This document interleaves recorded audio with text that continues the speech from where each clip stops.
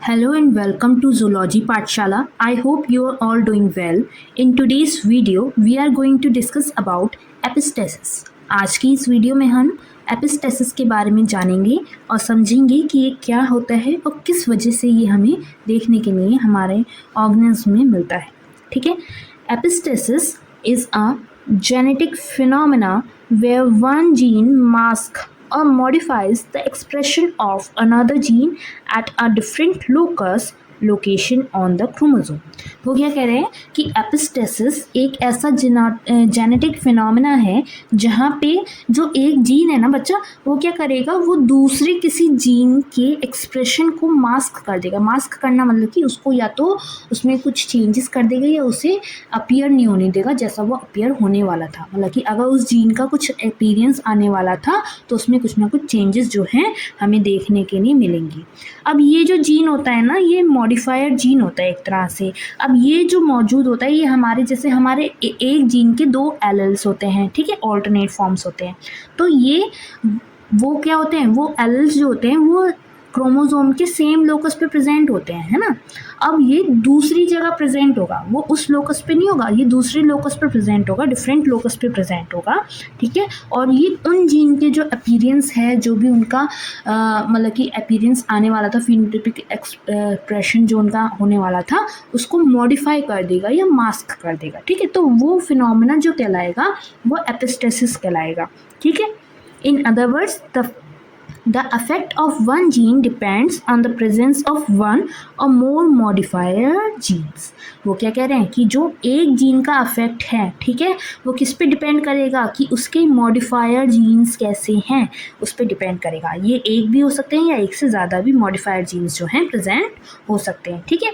This interaction between non allelic genes, that is genes that are not alternate forms of the same gene, leads to modification in the typical Mendelian ratios. अब ये जो interaction हो रहा है हमारा कि कोई ऐसा जीन जो हमारे एलेल्स हैं उसके डिफरेंट लोकस पे प्रेजेंट हैं, वो उससे इंटरेक्ट करके उसका जो एक्सप्रेशन आ रहा है, फिनोटाइपिक एक्सप्रेशन आ रहा है, अपीयरेंस आ रहा है, उसको मॉडिफाई कर दे रहे हैं. ये हमारा यही जो फिनोमेना होगा, यही जो हमारा इंट्रैक्शन होगा, ये एपिस्टेसिस होता है. ठीक है. अब ये क्या कह रहे हैं आगे, द जीन दैट सप्रेसेस और mask the expression of another gene is called the epistatic gene. जो या तो सप्रेस कर दे या फिर मास्क कर दे किसी दूसरे जीन के एक्सप्रेशन को, वो जीन तो एपिस्टेटिक जीन कहलाता है. ठीक है. While the gene whose effect is being suppressed is called the hypostatic gene. ठीक है. और जिस जीन का उसने एक्सप्रेशन जो है वो सप्रेस करा है या उसकी चेंज करा है, मॉडिफाई करा है, उसको हम हाइपोस्टेटिक जीन बोलते हैं. ठीक है. दो टाइप के जीन आपको समझ में आ गए. एक तो जीन वो था जो अपीयर होने वाला था पर उस पर किसी और का प्रभाव पड़ गया, एक तरह से कह लो, तो उसका वो अपीयरेंस नहीं आया, कुछ और ही अपीयरेंस आ गया, मॉडिफिकेशन हो गया उसमें, तो वो हमारा हो गया हाइपोस्टेटिक जीन. ठीक है. अब वो जो मॉडिफिकेशन जिस जीन की वजह से आया है, ठीक है, वो जो उसका जो एक्सप्रेशन चेंज हुआ है, जिस जीन की वजह से वो चेंज हुआ है, वो हमारा एपिस्टेटिक जीन कहलाएगा. ठीक है. अब ये एपिस्टेसिस जो होती है ये होती क्यों है, वाई एपिस्टेसिस हैपेंस. ठीक है.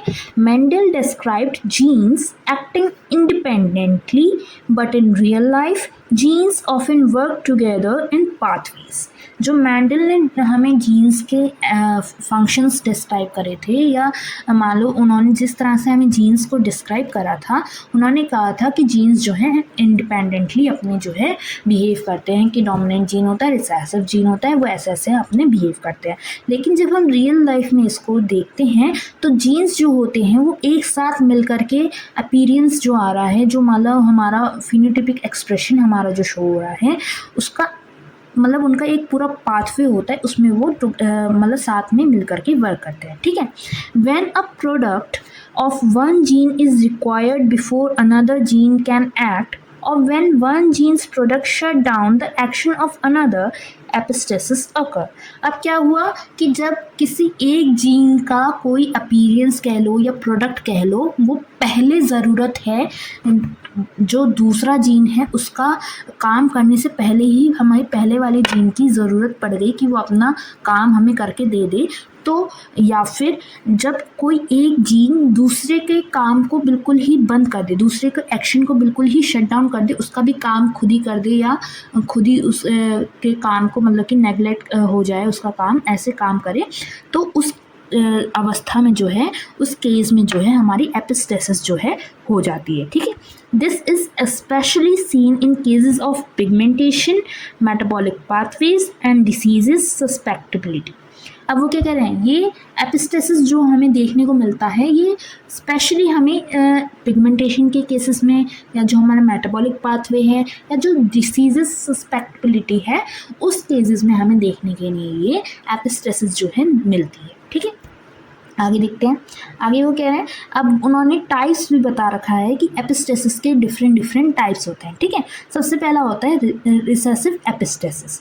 रिसेसिव एपिस्टेसिस में बेटा उन्होंने माइस पे, ये माइस का जो कोट कलर होता है उसके ऊपर इन्होंने ये एक्सपेरिमेंट करके हमें ये पूरा, जैसे हमारा मेंडेलियन के जो क्रॉसेस थे, हाइब्रिड क्रॉसेस, मोनोहाइब्रिड, डाईहाइब्रिड, उसके तरह ही इन्होंने भी ये जो माइस का कोट कलर होता है उसका क्रॉस करके हमें ये समझाया है रिसेसिव एपिस्टेसिस कैसे होता है। अ recessive allele of one gene mask the expression of another gene.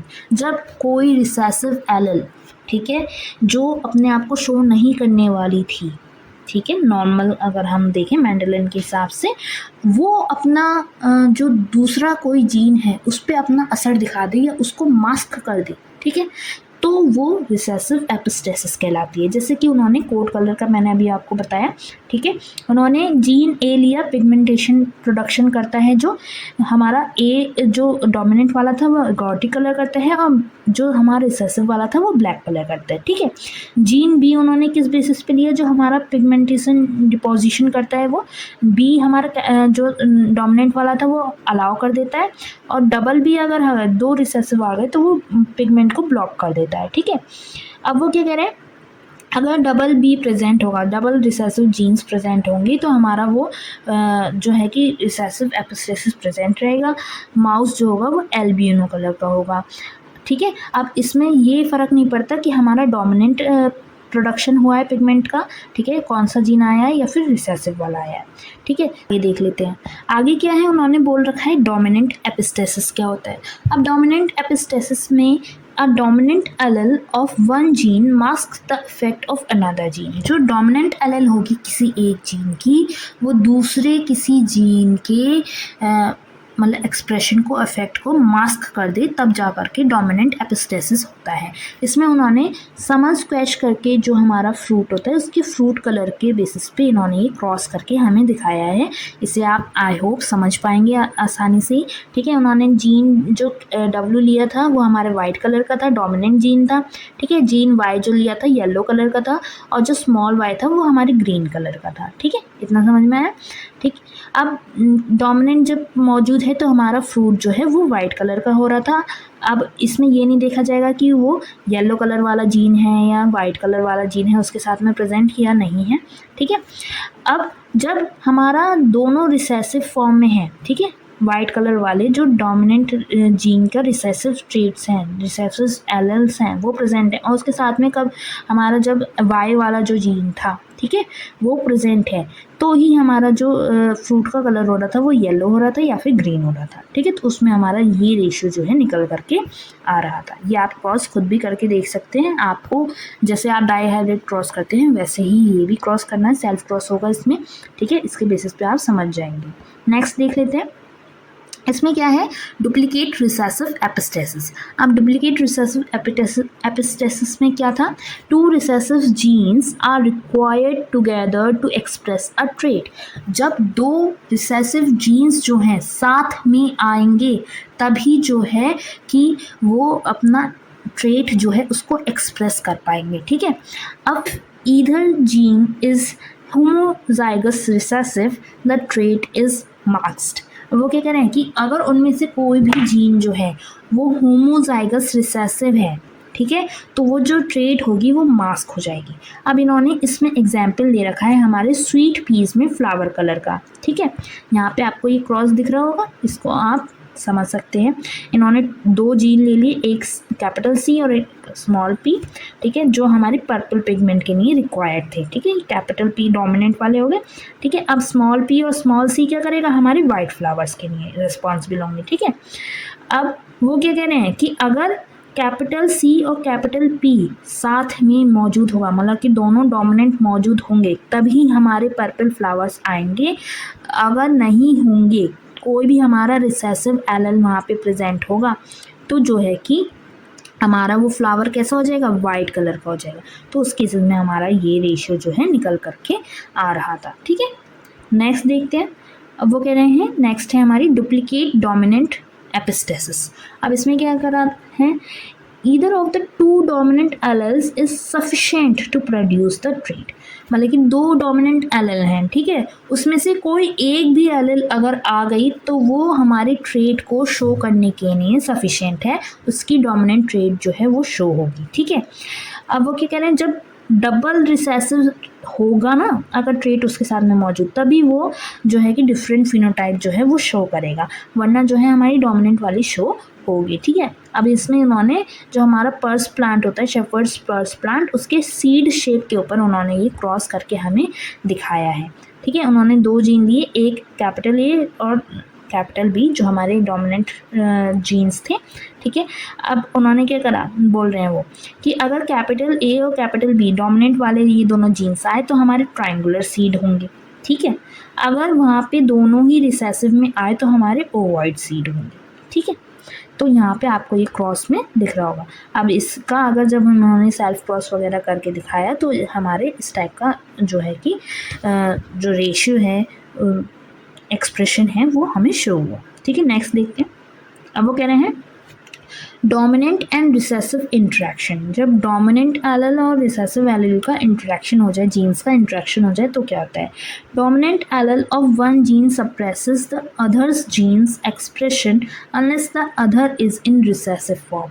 तो क्या कह रहे हैं, डोमिनेंट एलेल जो होगा, ठीक है, एक जीन का डोमिनेंट एलेल जो होगा वो दूसरे जीन को सप्रेस कर देगा, अनलेस, जब तक कि दूसरा वाला जो जीन है वो पूरा का पूरा किस में ना हो, रिसेसिव फॉर्म में ना हो, तब तक वो क्या है, डोमिनेंट एलेल जो है वो वाला जीन जो है वो उस जीन के एक्सप्रेशन को सप्रेस कर देगा, ठीक है। इसमें उन्होंने फेदर कलर के बेसिस पे जो है कि एक्सपेरिमेंट करके देखा फाउल्स में, ठीक है। उन्होंने डोमिनेंट जीन जो था वो हमारा कलर को इनहिबिट कर रहा था, ठीक है, लेकिन जब वहाँ पे रिसेसिव फॉर्म जो है प्रेजेंट हो रही थी दूसरे वाले जीन की, तो कलर जो है वो शो हो रहा था।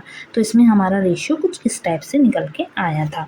अब एपिस्टेसिस और डोमिनेंस में हमें फ़र्क भी समझना होगा कि डोमिनेंस और एपिस्टेसिस में क्या डिफरेंस है। भाई देखो, दोनों की आप अगर एक तरह से डेफिनेशन देखोगे तो आपको लगेगा कि भाई एपिस्टेसिस में भी कोई एक जीन जो है वो शो हो रहा है ना, मास्क हो रहा है, मॉडिफाई कर रहा है दूसरे जीन के एक्सप्रेशन को, तो मतलब कि अपने आप को शो कर रहा है ना, तो वो तो मतलब कि डोमिनेंट जीन ही हो गया ना, तभी तो वो शो हो रहा है। तो इसमें भी डिफरेंस है।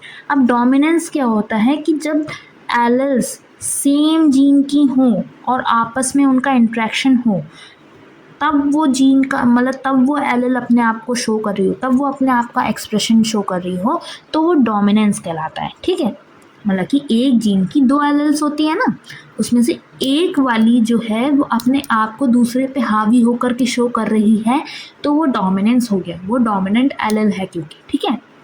लेकिन एपिस्टेसिस में क्या होता है कि 2 डिफरेंट जीन्स हैं, जीन्स क्या हैं, 2 डिफरेंट जीन्स हैं, लेकिन जो दूसरे वाले जीन की जो एलेल है वो अपने आप को पहले वाले जीन में भी शो कर रही है, पहले वाले जीन को सप्रेस करके अपने आप को शो कर रही है, तो वो एपिस्टेसिस कहलाता है, ठीक है। अब इसका पूरे टॉपिक का एक बार कंक्लूजन देख लेते हैं जिससे कि थोड़ा सा आपको और क्लियरिटी हो जाए। Epistasis is a crucial concept in genetics that explains how genes do not always act alone and how complex traits are often the result of interacting genes network. मतलब कि एपिस्टेसिस एक ऐसा क्रूशियल कॉन्सेप्ट है हमारे genetics में जिससे हमें ये समझ में आता है कि जीन्स खाली अकेले ही वर्क नहीं करते हैं बल्कि साथ में मिलकर के वर्क करते हैं। एक नेटवर्क में जीन जो है इंटरेक्ट करते हुए आपस में वर्क करते हैं और उनका रिजल्ट जो है उसी इंट्रैक्शन पे बेस्ड करता है कि वो कैसे इंट्रैक्शन कर रहे हैं। ठीक है, it also explains why Mendelian ratios are often modified in real world genetic process. जो हमारे मेंडेलियन के हमने रेशियोज पढ़े थे, जो प्रोसेस पढ़े थे, वो मतलब इस एपिस्टेसिस का जो ये कॉन्सेप्ट हम पढ़ते हैं तो इससे हमें ये चीज़ भी समझ में आती है कि वो मेंडेलियन के जो प्रोसेस हमने पढ़े वो हमें रियल लाइफ के जब हम प्रोसेस वगैरह के जेनेटिक प्रोसेस जो हम पढ़ते हैं उसमें क्यों मॉडिफाइड हो जाते हैं, क्यों उसमें चेंजेस हमें लगते हैं। ठीक है, understanding epistasis is important in studying genetic disorder, plant breeding, animal code colours and molecular biology pathways. अब ये जो एपिस्टेसिस का एक कॉन्सेप्ट है ये हमारे जो जेनेटिक डिसऑर्डर्स हैं, प्लांट ब्रीडिंग हमें कैसे करवानी चाहिए या एनिमल के कोड कलर्स कैसे कैसे डिफरेंट हो जाते हैं, या जो हमारे बायोलॉजिकल पाथवेज हैं, मॉलिकुलर बायोलॉजी पाथवेज हैं, उसको समझने के लिए, उसकी स्टडी करने के लिए भी हमारा ये कॉन्सेप्ट जो है बहुत अच्छे से हमें जो है अंडरस्टैंडिंग प्रोवाइड करता है उन कॉन्सेप्ट्स के बारे में भी। तो यही था हमारा आज का टॉपिक एपिस्टेसिस। आई होप आपको ये टॉपिक अच्छे से समझ में आया होगा और आपको ये वीडियो पसंद आई होगी। अगर आपको ये वीडियो अच्छी लगी हो तो मेरे चैनल को सब्सक्राइब करना ना भूलिएगा, जूलॉजी पाठशाला, और ऐसे ही वीडियोस के लिए स्टे ट्यून्ड। Bye bye.